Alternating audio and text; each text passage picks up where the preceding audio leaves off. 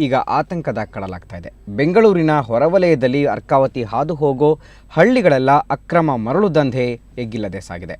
ಮರಳು ದಂಧೆಯ ಬೆನ್ನಹತ್ತಿ ಸುವರ್ಣ news team ಹೊರಡಿತು. ಮುಂದೇನಾಯ್ತು ಈ report ನೋಡಿ.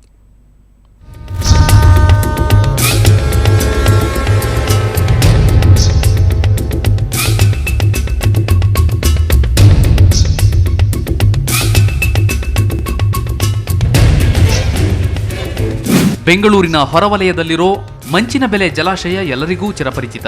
ಹಾಗೆ ಸ್ವಲ್ಪ ಮುಂದೆ ಹೋದ್ರೆ ನಮಗೆ ಕೆಂಪೇಗೌಡನ ದೊಡ್ಡಿ, ಸುಗ್ಗನಹಳ್ಳಿಗಳು ಸಿಗುತ್ತವೆ. ಈ ಹಳ್ಳಿಯ ಸುತ್ತಮುತ್ತಲೆಲ್ಲ ಅಕ್ರಮ ಮರಳು ದಂಧೆ ಅವ್ಯಾಹತವಾಗಿ ನಡೀತಿದೆ.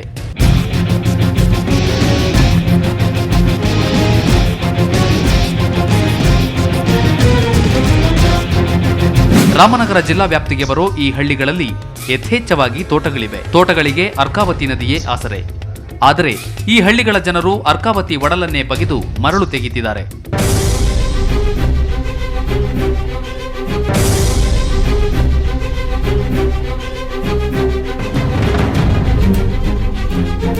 ಮರಳು ದಂಧೆ ಬಗ್ಗೆ ಯಾರನ್ನ ಪ್ರಶ್ನಿಸೋದು ಅಂದುಕೊಂಡ ನಮಗೆ ರಸ್ತೆ ಬಳಿ ಇಬ್ಬರು ವ್ಯಕ್ತಿಗಳು ಕಂಡರು. ವಿಜಯನಗರದಲ್ಲಿ ನಮ್ಮ ಚಿಕ್ಕಪ್ಪ ಅಪಾರ್ಟ್ಮೆಂಟ್ ಕಟ್ತಿದ್ದಾರೆ, ಮರಳು ಬೇಕು ಅಂತ ಅವರ ಜೊತೆ ಮಾತಿಗಿಳಿದ್ವಿ. ನಾವು ಮರಳು ಬೇಕು ಅಂದಿದ್ದೇ ತಡ ಫಟಾಫಟ್ ವ್ಯವಹಾರ ಕುದುರಿಸೋಕೆ ಶುರು ಮಾಡಿದ್ರು. ಮಳಬೇಕಂತೆ ಬೆಂಗಳೂರು ಇಲ್ಲಿಗೆ ವಿಜಯನಗರ ಅವ್ರದ್ದೇ ಟ್ರ್ಯಾಕ್ಟರ್ ಅಂತೆ, ಟ್ರ್ಯಾಕ್ಟರ್ ಹೊಡ್ಕೋಬೋದು ಅವ್ರದ್ದು. ಹಾಂ, ಏನು ರೇಟ್ ಹೇಳ್ರಿ? ಲೋಡಿಂಗ್ ಇವರೇ ಮಾಡ್ಕೊಡ್ತಾರೆ, JCB ಇಲ್ಲ. ಲಾರಿ ಯಾರು ತಗೊಳ್ಳಿ? ಟ್ರ್ಯಾಕ್ಟರ್ ನೀವು ಲಾರಿ ನಿಮ್ದೇ ಲಾರಿ ಏನಾರ ಇದೆಯಾ? ನಮ್ಗೆ ಅಲ್ಲಿಗೆ ಹೊಡೆಯಕಾಗಲ್ಲ, ವಿಜಯನಗರಕ್ಕೆ ಇಲ್ಲಿಗೆ ಹೋಗಕ್ಕಾಗಲ್ಲ. ನಿಮ್ಮ ಸ್ವಂತ ನೀವೇನ ಮಾಡ್ಕೊಳ್ಳಿ.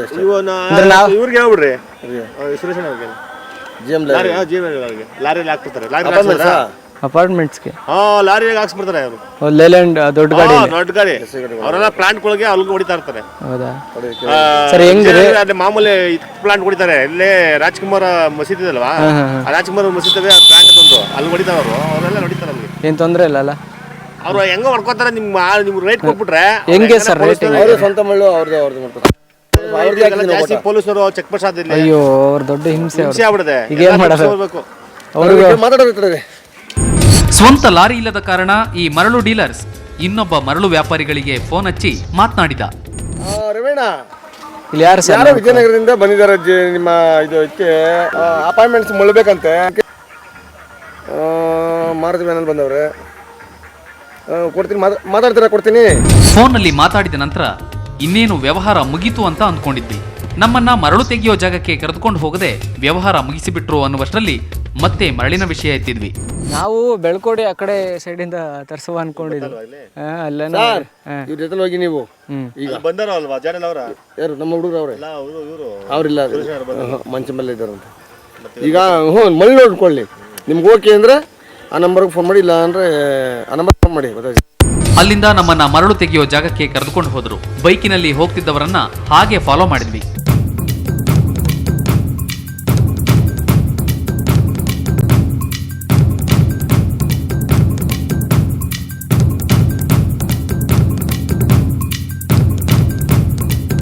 ನಮಗೆ ಅಲ್ಲಿ ಕಾಣಿಸಿದ್ದು ಮರಳು ದಂಧೆಯ ನೈಜ ರೂಪ.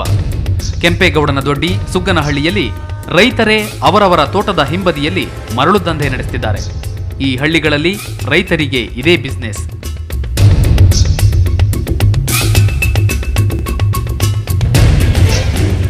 ಸಂಬಂಧಪಟ್ಟ ಇಲಾಖೆಗಳು ಸಾಕಷ್ಟು ಲಾರಿಗಳನ್ನ ಸೀಸ್ ಮಾಡಿವೆ. ಆದರೂ ಕೂಡ ಇಲ್ಲಿ ದಂಧೆ ಕಡಿಮೆಯಾಗ್ತಿಲ್ಲ. ಬರೀ ಲಾರಿಗಳನ್ನ ಸೀಸ್ ಮಾಡೋದು ಮಾತ್ರ ಇಲಾಖೆಗಳ ಕೆಲಸನ. ಮರಳು ತೆಗೆಯೋ ಜಾಗವನ್ನ ಯಾಕೆ ಸೀಸ್ ಮಾಡ್ತಿಲ್ಲ ಅನ್ನೋದು ಪ್ರಜ್ಞಾವಂತರ ಪ್ರಶ್ನೆ. ಅನ್ನ ಕೊಡೋ ಭೂಮಿ ತಾಯಿಯನ್ನ ಪೂಜಿಸಬೇಕಾದ ರೈತರೇ ಹಣದ ಆಸೆಗಾಗಿ ಭೂತಾಯಿ ಒಡಲನ್ನ ಬಗೆದು ಹಾಕ್ತಿದ್ದಾರೆ. ಈ ಬಗ್ಗೆ ಸಂಬಂಧಪಟ್ಟ ಅಧಿಕಾರಿಗಳು ಕಾರ್ಯಪ್ರವೃತ್ತರಾಗಬೇಕು. ಮಾರುತೇಶ್ ಹುಣಸನಹಳ್ಳಿ, ಸುವರ್ಣ ನ್ಯೂಸ್ 24/7 ಬೆಂಗಳೂರು.